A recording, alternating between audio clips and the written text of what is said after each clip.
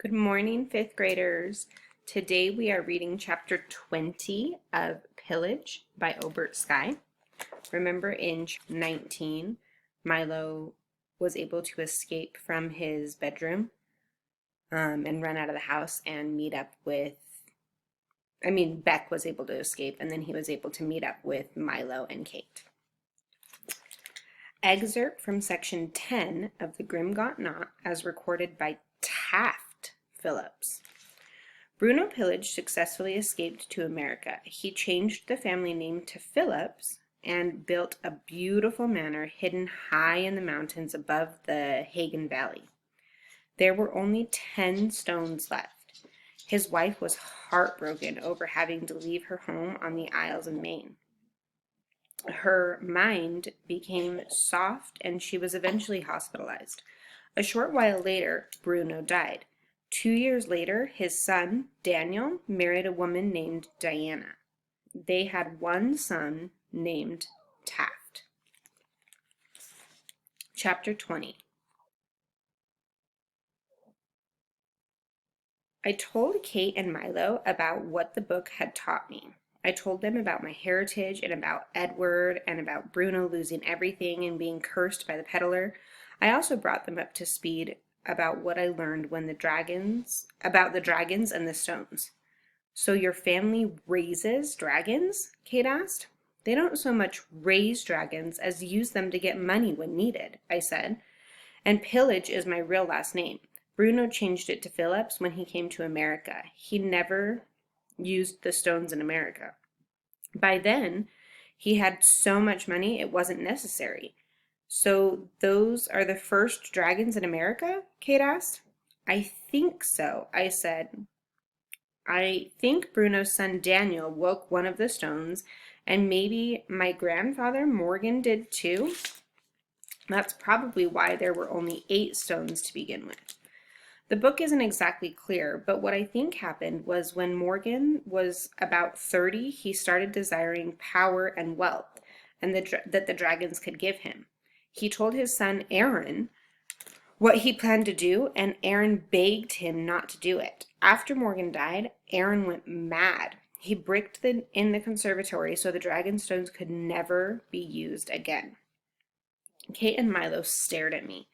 Aaron was worried the dragons would ruin King's plot one day, I said. I think that was when my mother left. I'm not sure because the book doesn't go that far. Your family's horrible, Kate said. About every other generation, I agreed. Aaron is fighting to stop it, and my great-grandfather Taft was so committed to stopping the madness that he locked himself up in the cage below the conservatory. Taft was in a cage? Milo asked, disgusted. I guess so. Seriously, Kate said, your family's really horrible. Aaron's willing to die to stop this, I argued. So what do we do now? Kate asked. We've got to keep the dragons from pillaging King's plot. How do you know that's what they'll do? Kate said. It's what they do, I said. The only thing they do. Thomas and Miley needed the money to pay taxes on this estate, so they tricked me into waking the stones. How do we stop the dragons? Milo questioned. They won't fly until I chop their nests into pieces. But first, there's another thing I have to do before they can fly. You're kidding, Milo said, almost nervously. The book said that? I looked at him queerly. I didn't see it at first, but there was a small hidden writing around the inside cover. It says some pretty interesting things in the fine print. So they won't fly without you doing this additional thing? Kate asked. Then we're okay, right? I mean, if they can't fly, they can't pillage. Not exactly, I said. If they're not allowed to fly, the dragons will turn on those who own them. They'll destroy everything here, including anyone who tries to stop them. So we're doomed, Kate said. There is a way to stop them, I said. There's something hidden in the shack. I stepped out from under the long, heavy boughs of the tree and walked back up to the arch side of the conservatory. Kate and Milo were right behind me. Don't look at or talk to the beasts, I said. According to the book, they will become annoyed and could eat you just for fun. We've sort of been treating them all wrong. Are you sure we should go in? Milo asked. Stick with me. I climbed the ivy and went up over the wall. Reading the grim knot had given me a weird sense of confidence. My family had controlled the dragons for hundreds of years and ruined many lives. Now it was up to me to make things right.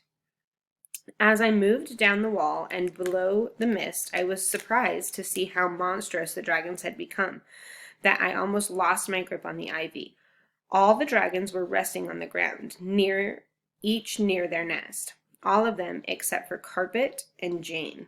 Their spots were vacant, and the plants they had once nested in were withered and brown. I dropped to the ground and looked over the remaining 6 dragons. I could hear Kate and Milo land behind me. There's only 6, Kate pointed out needlessly. Where's Jane and Carpet? Dead, I said. What? Milo asked almost angrily. There was some small writing on one of the last pages, I said excitedly. It talked about how the dragons could become weak, even die if not allowed to pillage.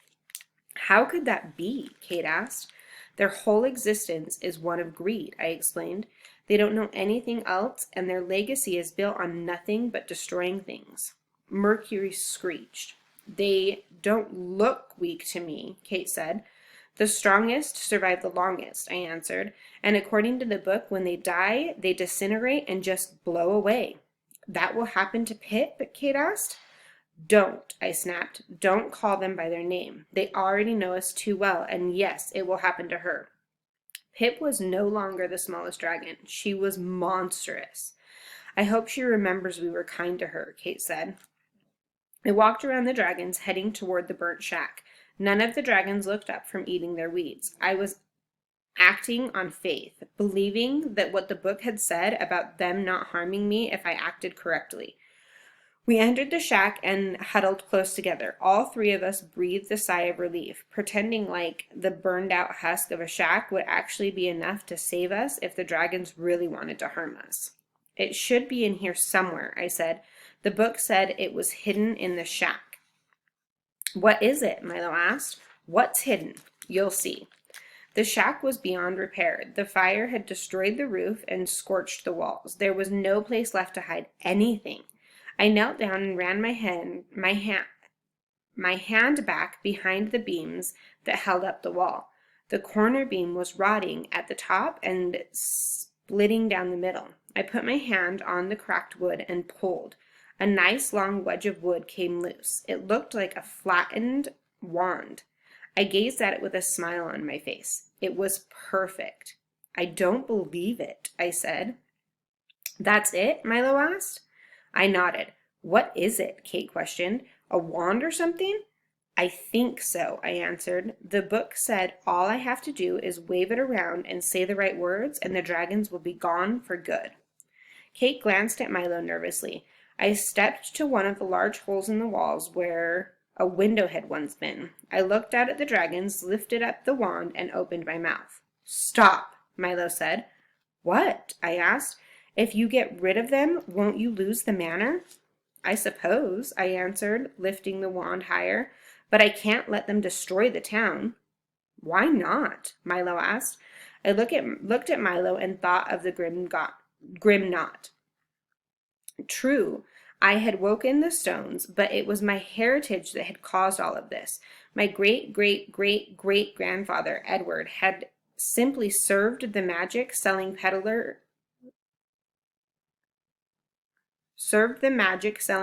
some food. None of this would be happening. The pattern of my life did seem to point me in the direction of walking away and letting someone else deal with all of this. But there was something changing in me. I could see things clearer now, and I wanted to be on the right side of things, so that when the dust settled, I could live with myself. I didn't care if King's Plot and Colabaro had been cruel. I couldn't count on things being perfect, but I was determined to do what I thought was right, regardless. I know what's right, I answered. You've changed, Milo said. I'm not sure he meant that as a compliment, but I took it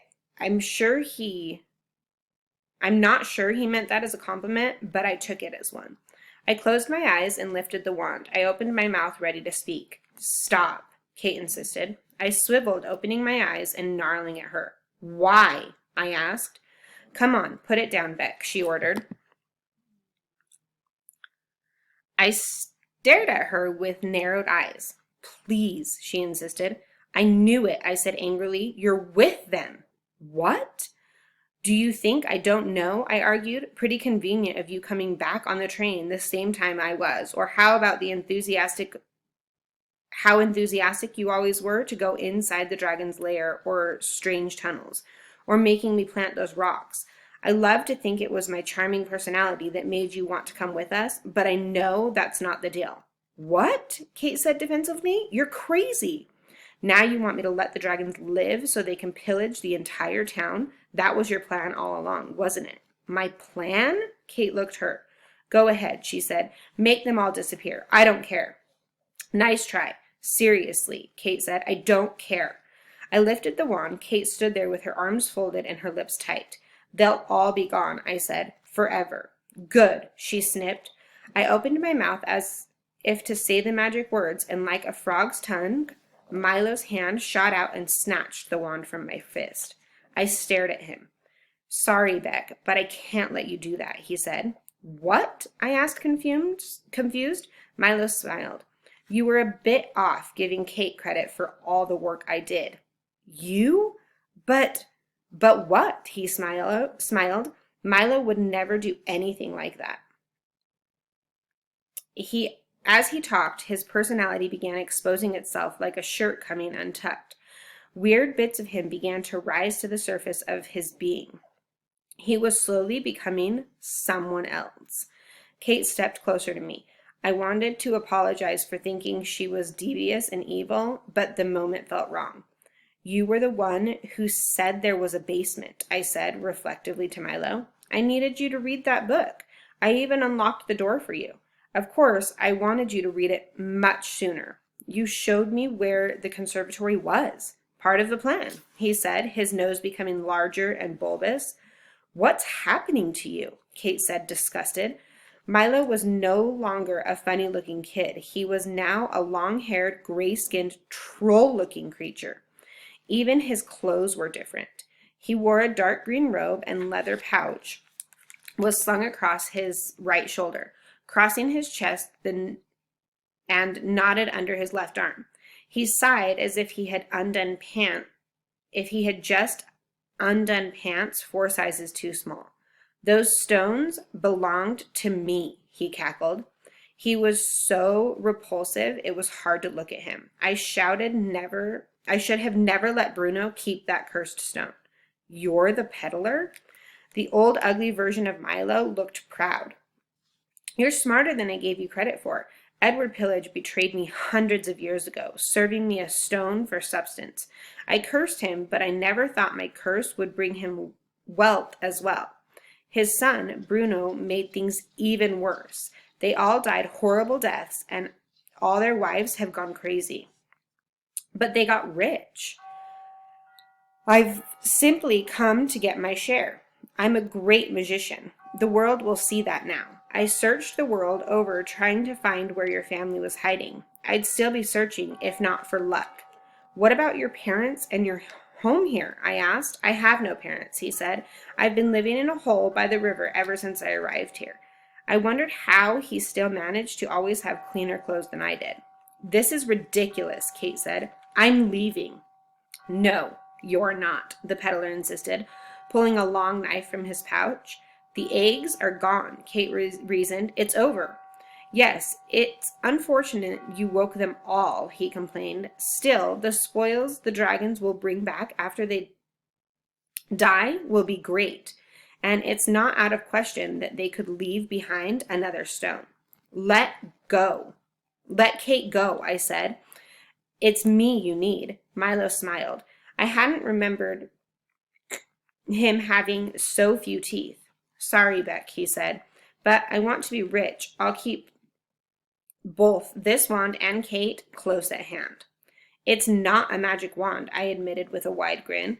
It's just a piece of wood. I knew there was no way you would let me destroy the dragons if you were who I thought you were.